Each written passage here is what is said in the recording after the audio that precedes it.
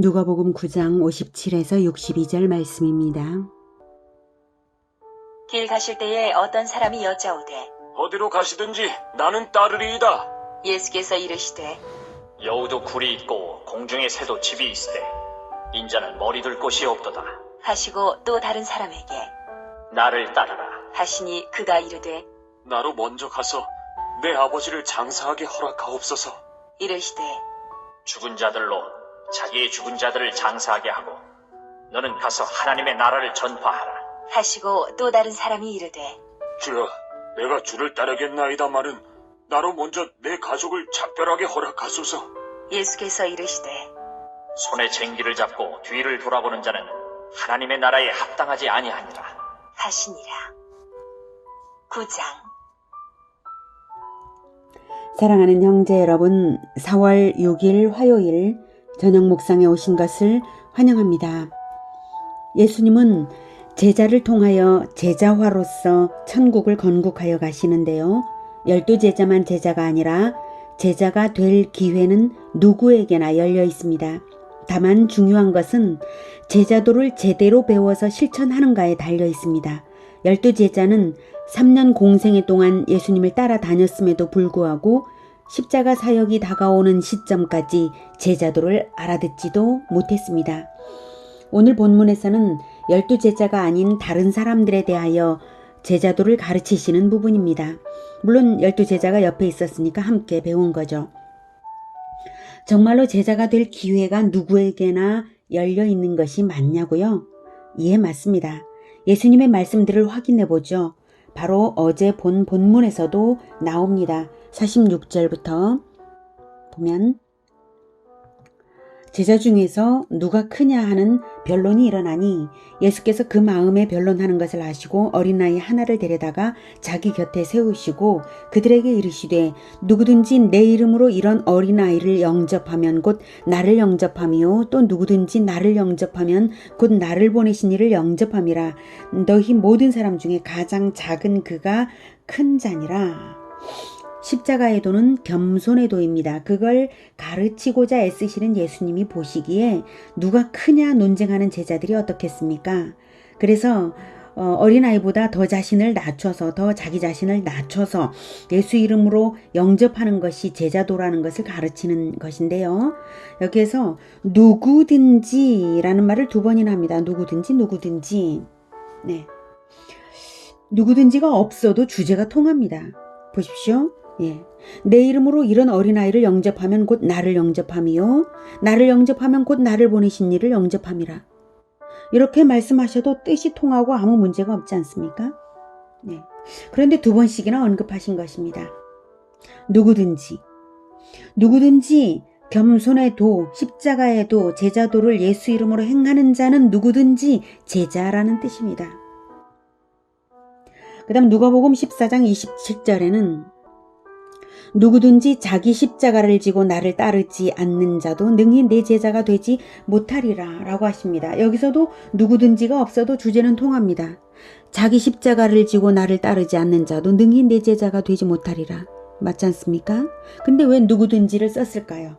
이 말씀은 누구든지 자기 십자가를 지고 나를 따르는 자는 능히 내 제자가 될 수 있다는 말씀입니다. 마가복음 8장 34절에는 무리와 제자들을 불러 이르시되 누구든지 나를 따라오려거든 자기를 부인하고 자기 십자가를 지고 나를 따를 것이니라. 누구든지 자기 목숨을 구원하고자 하면 잃을 것이요 누구든지 나와 복음을 위하여 자기 목숨을 잃으면 구원하리라. 이 말씀은 직접적으로 공개적으로 대중을 향하여 제자를 부르시는 말씀이죠. 무리와 제자들을 불러 이르시되. 그리고 여기서도 누구든지가 없어도 주제는 통하는데 여기서도 누구든지라고 말씀을 하시고요. 35절에서도 누구든지를 두 번씩이나 또 말씀을 하십니다. 누구든지 예수님과 복음을 위하여 자기 목숨을 잃으면 제자화하는 무리를 구원하리라 이 뜻이죠. 자기 목숨을 잃으면 자기 목숨만 구원하리라는 뜻이 아닙니다. 제자를 부르시는 상황이니까요. 네. 누구든지 예수님과 복음을 위하여 자기 목숨을 잃으리라는 각오를 한다면 제자가 된다. 그리고 무리를 구원하는 자가 된다. 이 뜻입니다.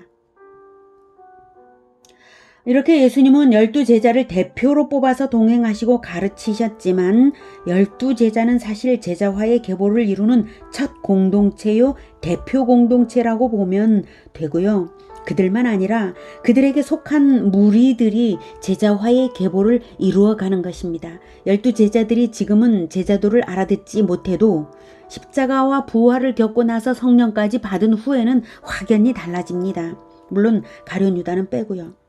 누구든지 제자도를 배워서 순종으로 따르면 예수 제자인 것입니다. 하지만 제자가 되는 문을 활짝 열어서 공개적인 소명을 하신다 해서 아무나 선착순으로 되는가 하면 그것은 아닙니다. 예수님은 오늘 본문에서 보면 어떤 사람에게는 에둘러 거절하셨고 어떤 사람에게는 제자 되기를 촉구하신 것을 오늘 본문에서 볼 수 있습니다.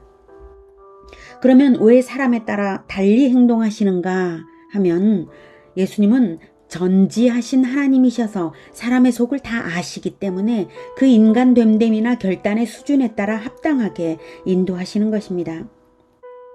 그러니 잠재적인 제자라면 모를까? 본격적인 제자의 길로 들어서는 데에는 예수님께서 제시하시는 기준에 합당해야 하는 것입니다. 57, 58절 길 가실 때에 어떤 사람이 여짜오되 어디로 가시든지 나는 따르리이다. 예수께서 이르시되 여우도 굴이 있고 공중에 새도 집이 있으되 인자는 머리 둘 곳이 없도다 하시고 여기서 57절에 어떤 사람은 마태복음에 보면 한 서기관이 나와 예수께 아뢰되 선생님이여 어디로 가시든지 저는 따르리이다 라고 했습니다. 이미 직업적인 서기관입니다. 서기관은 요새로 하면 성경 교사나 신학자 정도입니다. 그런 사람이 예수님을 따르겠다고 하니까 일반인의 시각으로 보자면 저 사람은 서기관이니까 제자로서 정말 합당하겠구나 라고 생각할 수도 있는데요. 예수님은 그 사람의 동기를 다 아십니다. 마음을 다 아시니까요. 그래서 대답하시기를 여우도 굴이 있고 공중에 새도 집이 있으되 인자는 머리 둘 곳이 없도다 라고 하십니다. 이 말씀은 속담을 사용하신 것인데요. 예수님의 형편을 표현하신 것입니다. 여우와 새는 거처를 두고 활동하는 동물들입니다. 그런 동물들조차도 거처를 가지는데 예수님은 갖지 않으셔서 동가식 서가숙 하신다는 것입니다. 왜 이 말씀을 하셨을까요? 짐작이지만요. 그 서기관이 예수 제자의 길을 안일한 길로 여기고 또는 출세의 길로 여기고 경솔하게 뱉은 말이거나 아니면 당시 예수님의 인기가 높았기 때문에 예수 제자의 길을 가면 출세가 되겠구나 여겨서 줄서기를 하려는 동기였을 수 있습니다. 그래서 아예 이 길은 그런 이익을 얻는 그런 길이 아니며 오히려 최소한의 생활조차도 보장되지 않는 험노임을 분명하게 알리시는 것입니다. 그 정도는 각오해야 갈 수 있는 길이라는 것이죠. 그 서기관이 어떤 선택을 했는지는 알 수 없고요. 다만 성경은 예수님의 제자도가 어떤 것인지를 지금 가르치고 있습니다. 59, 60절 또 다른 사람에게 나를 따르라 하시니 그가 이르되 나로 먼저 가서 내 아버지를 장사하게 허락하옵소서. 이르시되 죽은 자들로 자기의 죽은 자들을 장사하게 하고 너는 가서 하나님의 나라를 전파하라 하시고 57절에 어떤 사람과는 정반대로 이 다른 사람에게는 나를 따르라 하셨는데요. 어떤 사람이 아버지의 장례를 이 사람이 아버지의 장례를 우선순위에 두었습니다. 여기서 먼저 가서 내 아버지를 장사하게 허락하옵소서 한 것은 지금 곧 아버지가 죽어서 장례를 치를 마당이라는 뜻이 아니라 아버지가 아마도 노쇠하셨고 아버지의 장례 전에는 예수 제자의 길을 따르는 것은 보류하겠다는 말입니다.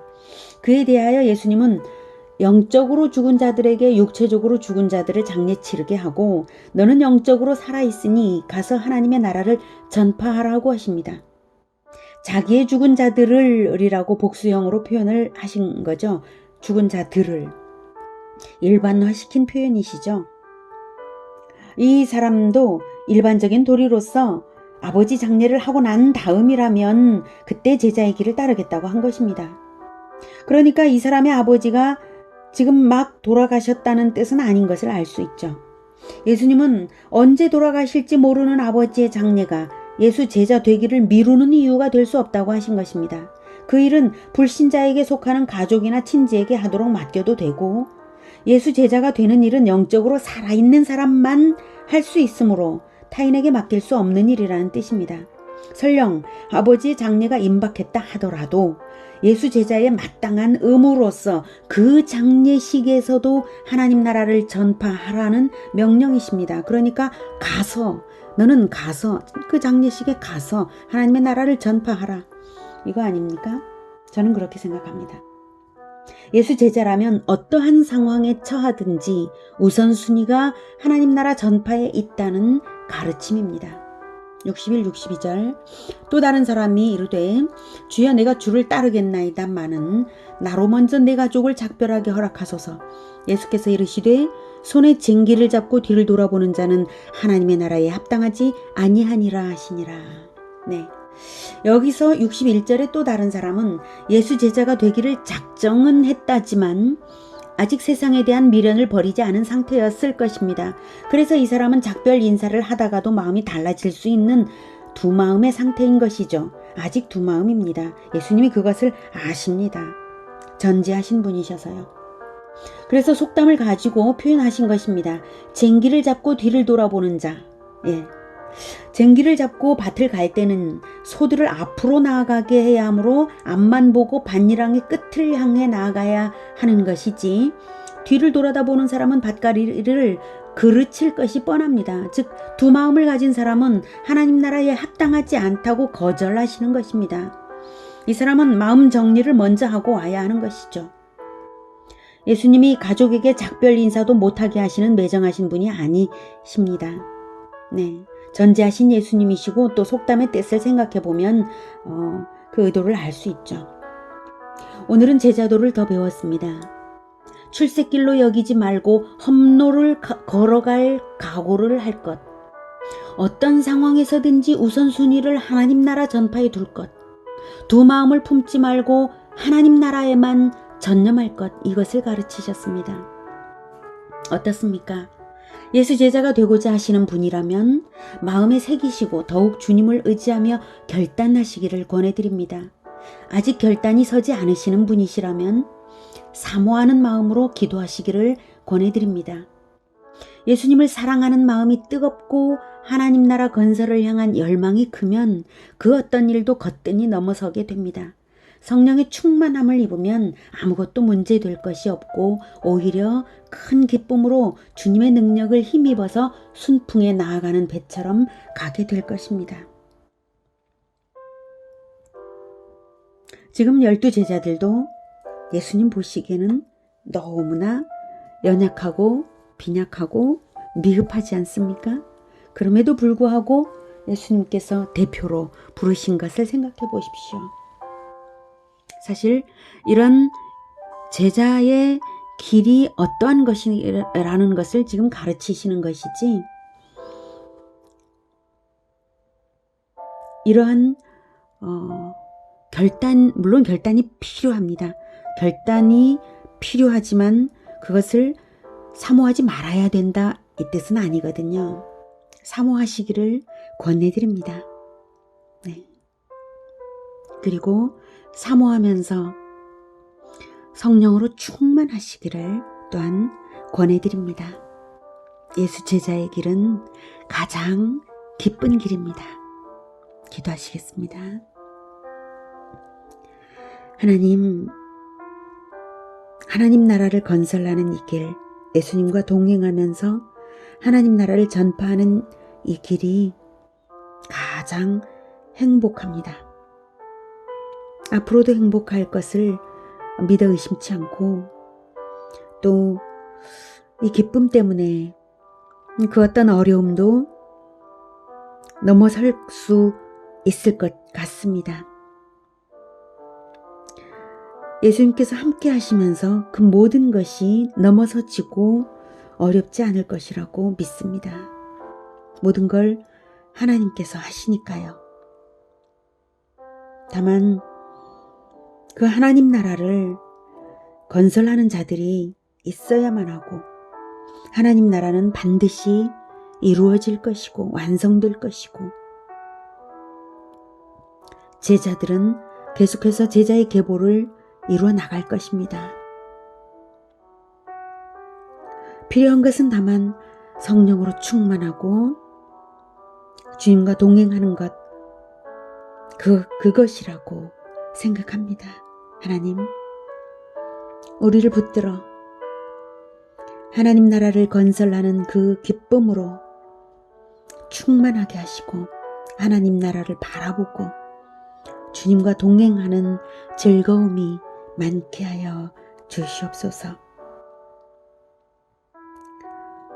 예수 제자의 길을 기쁘게 가고자 합니다. 우리를 부르시는 예수님의 이름으로 기도드립니다. 아멘. 이어지는 시간은 개인 기도 시간입니다.